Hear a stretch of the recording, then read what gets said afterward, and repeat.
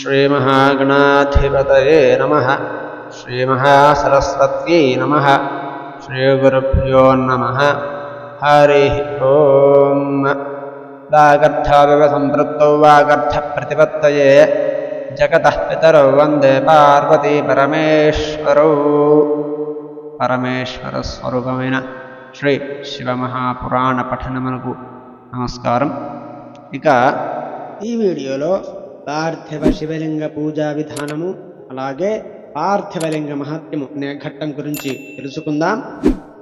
మునుపటి వీడియోలో తెలుసుకున్నట్లుగా ఆధ్యాత్మిక, ఆధిభౌతిక, ఆధిదైవిక బాధలు తొలగాలంటే శివార్చన ఖచ్చితముగా చేయాలి. అన్న సమారాధన జరపాలి. శివధర్మాలన్నిటిలోనూ ప్రదక్షిణం మహా గొప్పది. ప్రదక్షిణం ప్రణవమే. శివభక్తుడు ధనహీనుడైతే భిక్షాన్నంతో జీవించవచ్చు. అట్టి భిక్షాన్నంతో జీవించిన వాడి పేరు శంభుసత్రం అని పేరు. సదా మౌని సదా శివస్మరణ చేస్తూ బతకాలి. అలాగే ఋషులారా, ఇక పార్థివలింగ పూజా విధానాన్ని చెబుతున్నా వినండి. వైదిక మార్గమే ఇహపర సాధకం కనుక ఆ మార్గాన్నే బోధిస్తున్నాను వినండి. శివభక్తుడు గృహ్య సూత్రాలను అనుసరించి స్నాన సంధ్యావందనాలను, బ్రహ్మయజ్ఞ, పితృతర్పణాది కృత్యాలను ఆచరించి శివనామస్మరణతో భస్మ రుద్రాక్షలను ధరించి పరాభక్తితో పార్థివలింగాన్ని పూజించాలి. పరిశుద్ధమైన మట్టిని గ్రహించి లింగాన్ని తయారు చేయాలి.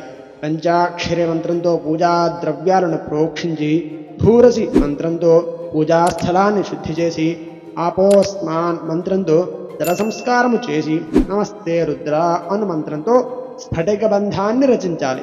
ఆపై నమ శంభవేజ అను మంత్రంతో క్షేత్రశుద్ధిని చేసి పంచామృతముతో ప్రోక్షించి నమో నీలగ్రీవాయచ అను మంత్రంతో శివలింగాన్ని ప్రతిష్ఠించి ఏతత్తే రుద్ర అను మంత్రంతో ఆసనాన్ని సమర్పించి మానవ మహాంతం అను మంత్రంతో శివుని అవాహన చేసి యాతే రుద్ర అను మంత్రంతో శివుని ఉపవిష్టుతుని చేయాలి.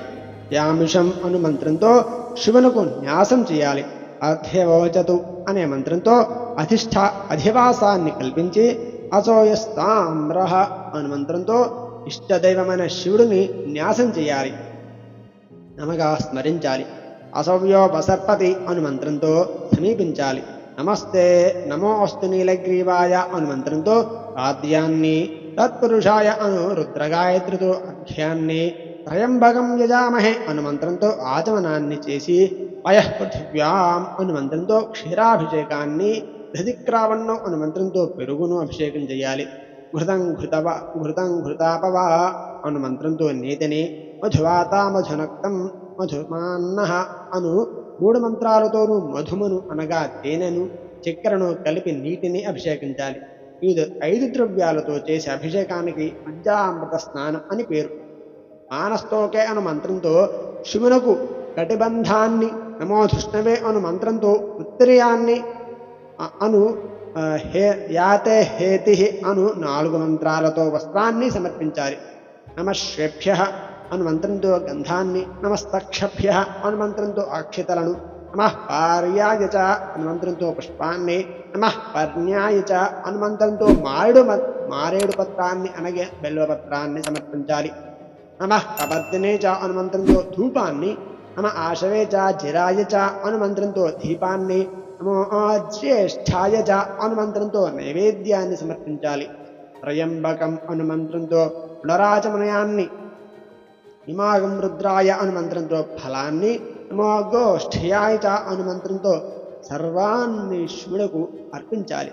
మానో మహాంతముతమానోర్భకం అను 2 మంత్రాలతో 11 రుద్రులను అక్షింతలతో పూజించాలి. హిరణ్యగర్భ అను మంత్రంతో దక్షిణలివ్వాలి.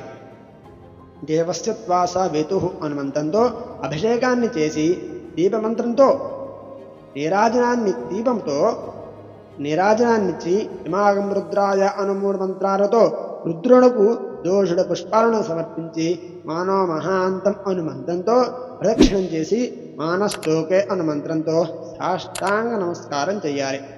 ఏషతే రుద్ర అను మంత్రంతో శివముద్రను, యాతే యాతః అను మంత్రంతో అభ్యయముద్రను, త్రయంబకం అను మంత్రంతో మహాముద్రను, నమో గోభ్య అను మంత్రంతో ధూరముద్రను చూపాలి. ఈ విధంగా పంచముద్రను చూపి శివమంత్రాన్ని జపించి శతరుద్రయాన్ని చదవాలి. తరువాత వేదవేత్త పంచాంగాన్ని పఠించి దేవగాతు అను మంత్రంతో శివునికి ఉద్వాసన చెప్పాలి అని ఋషులు ఆపినారు. సూతమహాముని ఆపినారు. ఋషులు సూతుణ్ణి పార్థివలింగ మహత్యాన్ని గురించి కూడా చెప్పమని కోరగా దానికి సూతుడు ఇలా చెబుతున్నాడు. ఋషులారా, జ్ఞానానికి ఆధారభూతుడు శివుడు ఒక్కడే. అట్టి శివుడిని స్మరించి చెబుతున్నాను వినండి. అన్ని లింగాలలోనూ పార్థివలింగం మహాశ్రేష్టం.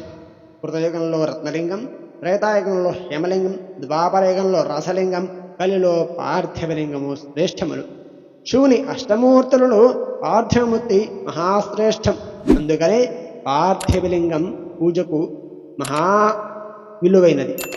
దేవతలలో మహేశ్వరుడు, నదులలో గంగానది, మంత్రాలలో ఓంకార మంత్రము, మనుష్యులలో వేదాధ్యాయన తత్పరుడు, అకరములలో కాశీనగరము, వ్రతములలో శివరాత్రి వ్రతము, దేవీమూర్తులలో శైవ శక్తి వలె లింగాలలో పార్థివలింగం మహాశ్రేష్టం. పార్థివలింగ పూజలో పంచసూత్ర విధానాన్ని గురించి విచారించిన అక్కరనే లేదు. పార్థివలింగం అఖండముగా ఉండాలి. 2 భాగాలు అతకనే రాదు. అనగా పానుపట్టము, లింగము 2 ఒకే పదార్థముతో ఉండాలి.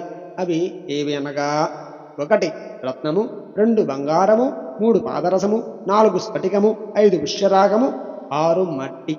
వీటితో చేసిన అన్ని చరలింగాలే.